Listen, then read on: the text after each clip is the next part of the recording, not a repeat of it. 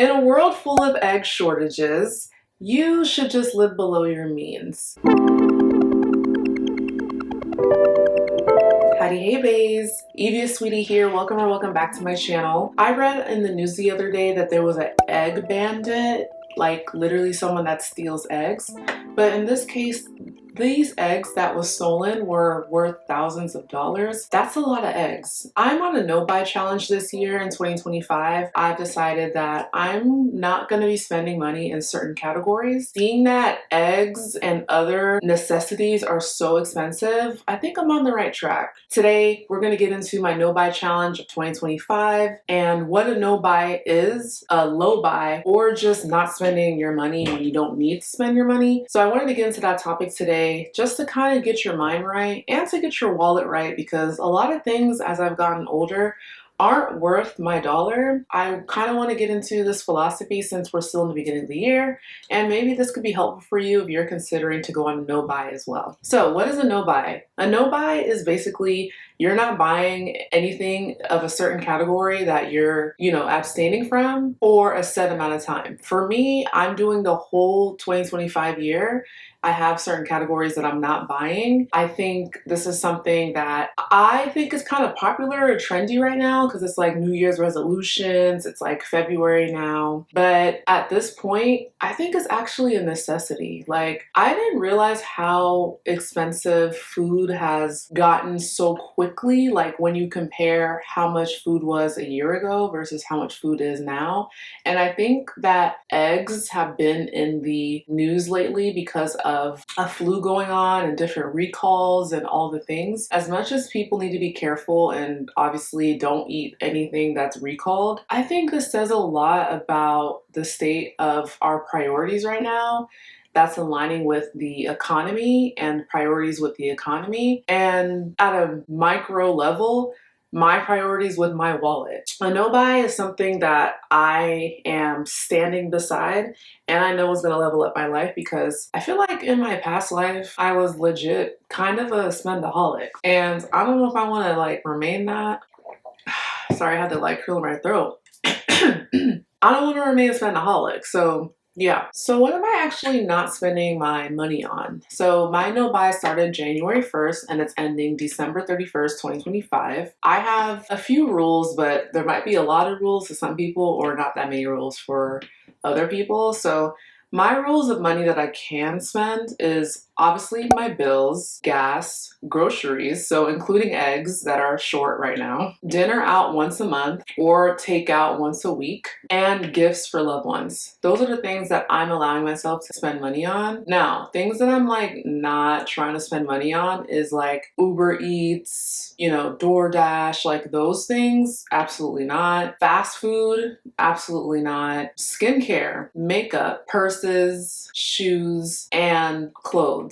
So the only exception for all of these things is that if I'm gonna be spending money on the no buy categories, it has to be either gifted to me, like it's given to me and I didn't spend my money, or it's something that I actually need to like replenish. Like I've ran out of something and I'm replenishing, or I don't have that item in that category in my like possession. So those are my no buy rules. And how I make it fun each month is that each month I have like a specific goal that I want to basically meet that's like unique to the month. So like for January, my no buy rule for January was that I was absolutely not spending any money on alcohol. I mean, I don't really drink much anymore anyway, but still, alcohol for January, that was just absolutely not, like, there's no way I'm spending money on alcohol. February, I knew that I was going to have it be like a month where I really track my spending on a weekly basis. So I like keep all my receipts. I make sure that I can kind of see what money did I spend by a week basis and what areas that I can cut down on, what areas there might be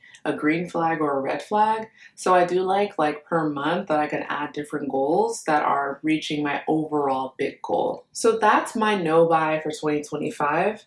Next, I want to get into tips on starting a no buy for you if you're interested in saving money and being disciplined this year in the financial areas. Number one, know your why. Why are you going on your no buy?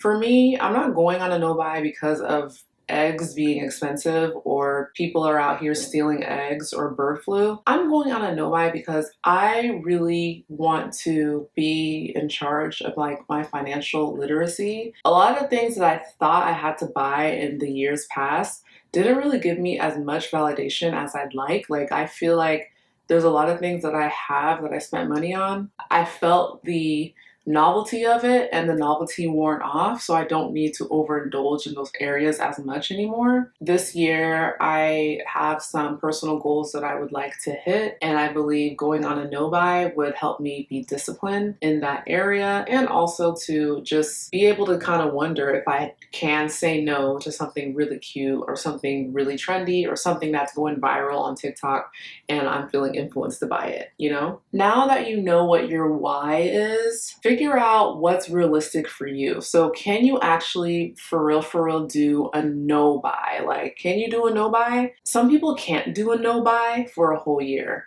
Some people can. I think there's a middle ground. There's something called low buy. So like maybe you give yourself a limit of like how often you can do that. I know that in my notes, I do have like day by day like checklist kind of. If I did spend money on something that was towards my no buy yays or nays, if I break a rule, I'll document that in that note. But if I do something great that's a green flag, then I'll document that in that note. So that way I can kind of see like what days I was really doing well. And if I had like a slip up, like what triggered me to start that slip up. If I was starting a no buy and I realized the first week or two of doing it, I'm having a lot of slip ups and a lot of me breaking my own rules, then maybe I would switch from a no buy into a low buy because it's not practical or necessarily realistic for someone to cut out cold turkey not buying a certain category. Maybe you might need some baby steps, and I get it because we all have our things that we like to spend money on. Some people really love eating out and that's what they do because they love the experience of eating out. Some people eat out all the time because they can't cook. So cooking is not their strong suit, so they have to eat out. I understand that everyone has their own needs. But the beauty of this challenge is to just do what works for you and your lifestyle. Another tip I have for you for your no buy challenge this year for 2025 is that have an accountability partner. I'm so blessed to have one of my friends on this journey with me to do a no buy challenge. We check in with each other pretty often and we have a shared note on our phones to check in and see what we're buying. And if we do have like green flags or red flags of things that we broke the rules on for our no buy goals for the year, then we'll just like mark it in our like day-to-day checklist and then write the dollar amount spent. Granted, I'm not saying you have to do that. I trust my friend. Like, you should trust your accountability partner so they can like keep you accountable. I found that that helps me not like sneakily spend money on something in the corner and then think like, oh, no one's gonna know because it's just me. Like, I feel like when you have an accountability partner that has the same values and goals as you will be like thinking twice, like, do I really want to spend money on Uber Eats? And I know I have to put it in the shared note where my accountability partner is gonna see it.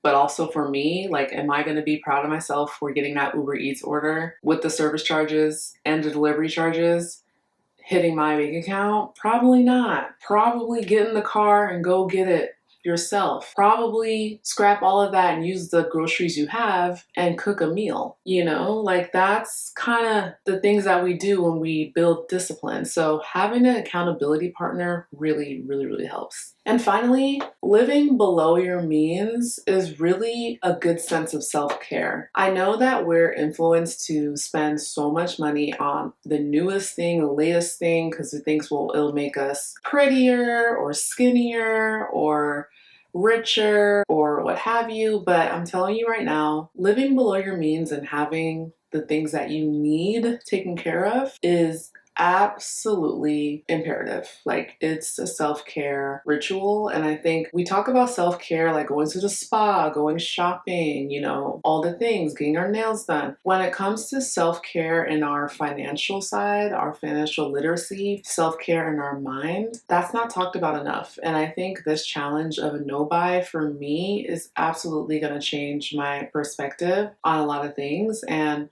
really just helped me have a better relationship with money and a better relationship with budgeting and more self-control over the things that I want. And also being aware of like optimizing and using what I have. Sometimes, especially when I said I wasn't gonna buy like new makeup this year unless it's something I actually need or I'm replenishing or it's gifted to me, there's some things I realized like, oh, I didn't know I had this product. Like, let me use it. You know what I mean? So it's like, be in the habit of like doing the opposite of what the internet tells you to do or your friends tell you to do. A lot of times we could spend money to try to keep up with other people, but in reality, that doesn't really serve you. Like, nobody cares that deeply. That's the end of my video. Thank you so much for watching. Let me know in the comments below what you think about this egg shortage and living below your means. Also, let me know if you yourself are participating in a no-buy year or a low-buy year or a low or no-buy quarter or month. I'd love to know in the comments below. Thank you so much for watching my video. My name is Evie Aswiti. I do content about beauty and self-development. And always remember that you glow for a living because you're lit from within, beyond skin deep. Bye, everybody.